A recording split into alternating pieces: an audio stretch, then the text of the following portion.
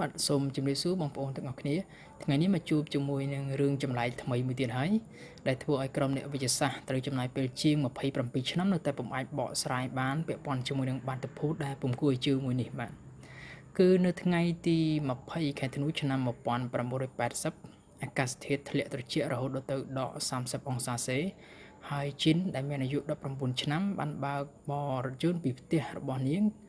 ពីផ្ទះមិត្តភ័ក្តិរបស់នាងទៅកាន់ផ្ទះពុកម្ដាយរបស់ខ្លួននៅឯទីក្រុង Nesota នាងបានរាដៃកាច់ចង្កូតធ្វើឲ្យឡានធ្លាក់ចេញពីផ្លូវហើយរថយន្តបានចាប់គាំងម៉ាស៊ីនលេខដើរហើយពុំអាចបញ្ឆេះម៉ាស៊ីនបានជីនក៏សម្រេចចិត្តចុះដើរដោយជើងទទេទៅកាន់ផ្ទះមិត្តភ័ក្តិរបស់នាងឈ្មោះថា Wally Nelson បាទដែលផ្ទះរបស់មិត្តភ័ក្តិនាងនៅចម្ងាយពីទីនោះប្រមាណជាង3គីឡូម៉ែត្រប៉ុណ្ណោះពេលនោះជីនពាក់ស្បែកជើងប៉ាតាមានស្រោមដៃនិងអាវក្រៅមួយតែប៉ុណ្ណោះដោយសារសម្លៀកបំពាក់ពុំគ្រប់គ្រាន់ទប់ទល់អាកាសធាតុដ៏សែនត្រជាក់នាងបានដេកដួលនៅចម្ងាយប៉ុន្មានគីឡូម៉ែត្រប៉ុណ្ណោះពីផ្ទះរបស់មិត្តភ័ក្តិនាងស្ថិតនៅក្នុងសភាពស្ដុកស្ដឹងក្នុងព្រិលរហូតដល់ពេលដែល Melson បានឃើញនៅម៉ោង7ព្រឹកនៅថ្ងៃបន្ទាប់ខណៈពេលនោះខ្លួនប្រាណទាំងមូលរបស់នាងប្រៀបបានទៅនឹងទឹកកកមួយដើមទៅហើយMelson បានរុញនាងចូលទៅក្នុងរថយន្តនៅខាងក្រោយរួចដឹកទៅកាន់មន្ទីរពេទ្យបើយោងទៅតាម Night Time ដែលជាក្រុមវិជ្ជបណ្ឌិតនៃមន្ទីរពេទ្យ Forston បានស្រឡាំងកាំងនៅពេលឃើញសភាពរបស់ជីនមជុលពុំអាចចាក់ទម្លុះស្បែករបស់នាងរីឯសីតុណ្ហភាពរាងកាយក៏ពុំអាចវាស់បានភ្នែករបស់នាងបញ្ឈររឹងពុំមានប្រតិកម្មជាមួយនឹងពន្លឺនិយាយរួមគឺសរីរាង្គរបស់អ្នកជំងឺពុំអាចទទួលយកនៅរូបភាពថែទាំសុខាភិបាលណាមួយឡើយនេះគឺជារូបឡានបាទក្រុមវិជ្ជបណ្ឌិត George Shatter ដែលជាអ្នកព្យាបាលឲ្យជីនបានប្រាប់ថារាងកាយនាងត្រជាក់ស្រេបកក់រឹងស្រដៀងទៅនឹងសាច់មួយដុំដែលគេបង្កកអស់អំឡុងពេលប្រមាណជាពី2ទៅ3ម៉ោងខណៈពេលទឹកកកចាប់ផ្ដើមរលាយសង្វាក់បេះដូងរបស់នាងគឺលោត8ដងក្នុង1នាទី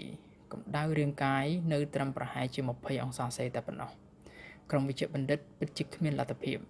ពួកគេនិយាយថាកោសិកាត្រូវបង្កករឹងទាំងអស់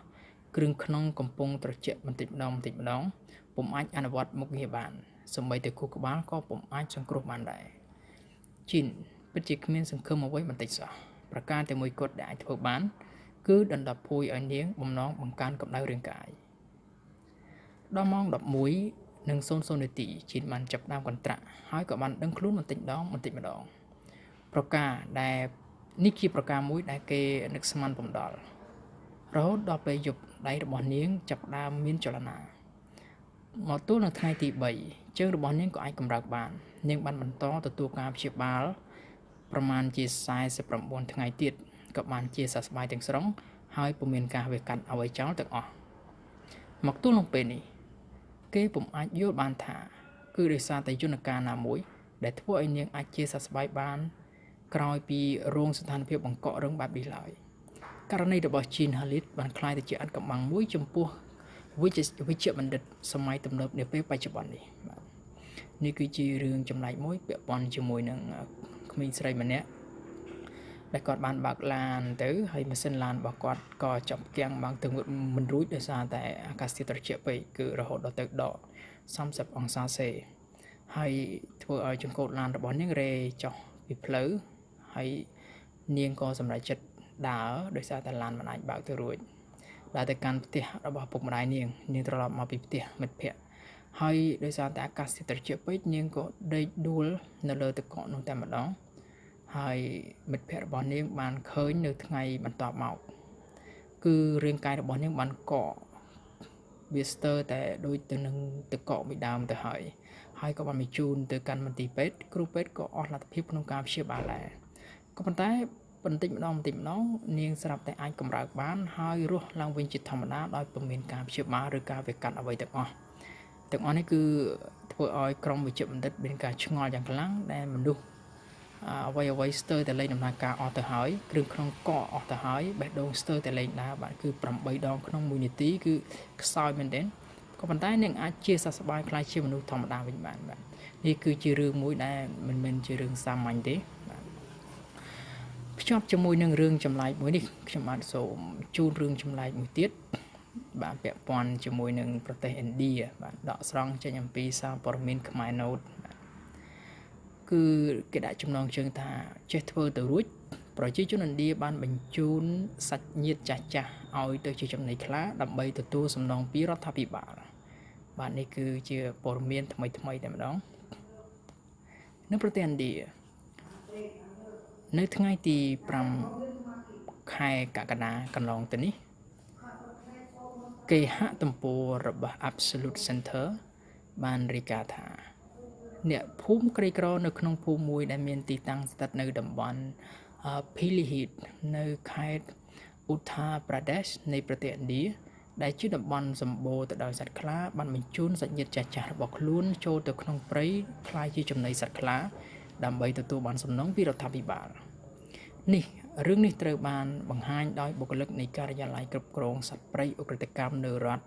Uttar Pradesh បន្ទាប់ពីការស៊ើបអង្កេតមានករណីសម្លាប់អ្នកភូមិជាច្រើនសម្រាប់សត្វខ្លាទាំងអស់នោះត្រូវបានគេអនុញ្ញាតលែងឲ្យរស់នៅមានសេរីភាពដូច្នេះបើអ្នកភូមិចូលទៅកាន់តំបន់នោះពួកគេអាចនឹងក្លាយទៅជាចំណីរបស់សត្វខ្លាដ៏សែនមានគ្រោះថ្នាក់ហើយរដ្ឋាភិបាលនឹងមិនទទួលខុសត្រូវឡើយតែបើមានសត្វខ្លាចេញពីព្រំប្រទល់នេះមកខំគេឯងនោះរដ្ឋនឹងធ្វើការចេញជាសំណងទៅកាន់ពួកគេដោយសារសង្កេតឃើញមានភាពមិនប្រក្រតីនៅក្នុងការស្លាប់នោះទើបគេសម្រេចចិត្តធ្វើការស៊ើបអង្កេតហើយក៏បានដឹងថាអ្នកភូមិនៅតំបន់នោះបានបញ្ជូនសាច់ញាតិចាស់ជរាឲ្យទៅក្លាយជាចំណីរបស់សត្វខ្លាដើម្បីទារប្រាក់សំណងពីរដ្ឋាភិបាលប៉ុន្តែអ្វីដែលកាន់តែហួសចិត្តនោះគឺថាបន្ទាប់ពីការពិតត្រូវបានលាតត្រដាងអ្នកភូមិទាំងអស់មិនបានបដិសេធនោះទេហើយថែមទាំងទទួលស្គាល់ថាវាជាមធ្យោបាយតែមួយគត់នៅក្នុងការគេចចេញអំពីភាពក្រីក្រខណៈពេលដែលការិយាល័យគ្រប់គ្រងអក្រិតកម្មព្រៃឈើរបស់រដ្ឋគឺមានការភ្ញាក់ផ្អើលចំពោះលទ្ធផលនៃការស៊ើបអង្កេតនិងរបាយការណ៍ដែលទទួលបានអំពីអ្នកភូមិមុននឹងបញ្ជូនបញ្ហានេះទៅទីភ្នាក់ងារអភិរក្សសត្វខ្លាថ្នាក់ជាតិសម្រាប់ដោះស្រាយបាទនេះក៏ជារូបភាពដែលជារូបតំណាងទេពាក់ព័ន្ធជាមួយនឹងខ្លានៅប្រទេសឥណ្ឌាគឺរឿងចម្លែកមួយទៀតដែរបាទគឺនៅប្រទេសឥណ្ឌាក្រីក្រខ្លាំងពេករហូតដល់បញ្ជូនសាច់ញាតិចាស់របស់ខ្លួនឲ្យទៅខ្លាយជាចំណីរបស់សត្វខ្លាដើម្បីខ្លួនអាចទារប្រាក់សំណងពីរដ្ឋាភិបាលវិញបាទអញ្ចឹងនៅក្នុងវគ្គជួបជាមួយនឹងរឿងចម្លែកខ្ញុំបាទសូមបញ្ចប់តែប៉ុណ្ណេះហើយយើងជួបគ្នានៅវីដេអូក្រោយបាទសូមអរគុណ